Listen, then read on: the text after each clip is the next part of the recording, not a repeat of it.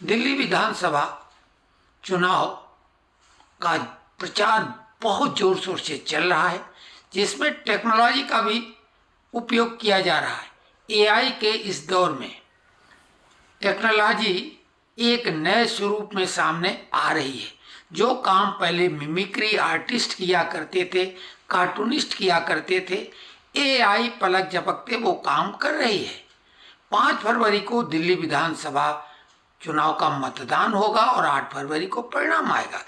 भाजपा का चुनाव प्रचार, जिसमें टेक्नोलॉजी का बहुत जबरदस्त उपयोग किया गया है।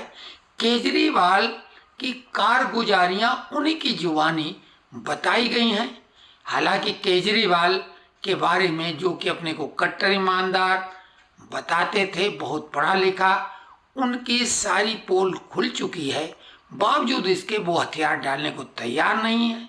फलौदी सट्टा बाजार, महादेव सट्टा बाजार, केजरीवाल की सरकार बना रहे हैं पूर्ण बहुमत की। और यही नहीं, कई ओपिनियन पोल और सर्वे भी केजरीवाल के पक्ष में है। हालांकि हमारा यानी चतुर्थ स्तंभ का ये मानना रहा है और है कि 8 फरवरी को केजरीवाल की विदाई आम जनमानस के बीच से होकर जेल की ओर जाएगी और उनका लंबा समय जेल में गुजरेगा और भाजपा की पूर्ण बहुमत की सरकार बनेगी। लेकिन वो रोचक चुनाव प्रचार भाजपा का, आप भी उसका आनंद लीजिए, लुत्फ लीजिए।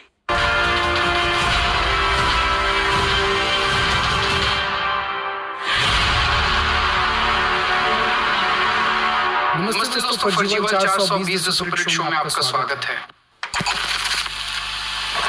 मुझे फर्जीवाल कहते हैं और आपको लूटी हुई जनता। इस प्रोग्राम में आपको बताऊंगा कुछ लूटने के अंदाज, कुछ भ्रष्टाचार की तरकीबें, कैसे मैंने शीशमहल बनाया, कैसे आम आदमी से खास बन गया है, कुछ किस्से जिससे दिल्ली की जनता को मैंने बरगलाया, कुछ दिल्ली वालों के सपने जिन्हें मैंने झूठलाया।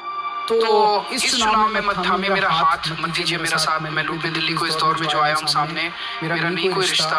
लूटा जिसे वो भोली जनता है। दिल्ली की टाइम मशीन पर साल 2025 का बीता जनवरी महीना सत्ता की मलाई चाटते कई सालों के बाद आया ये नया साल। अब दिल्ली का चुनाव 2025 आ गया है जी।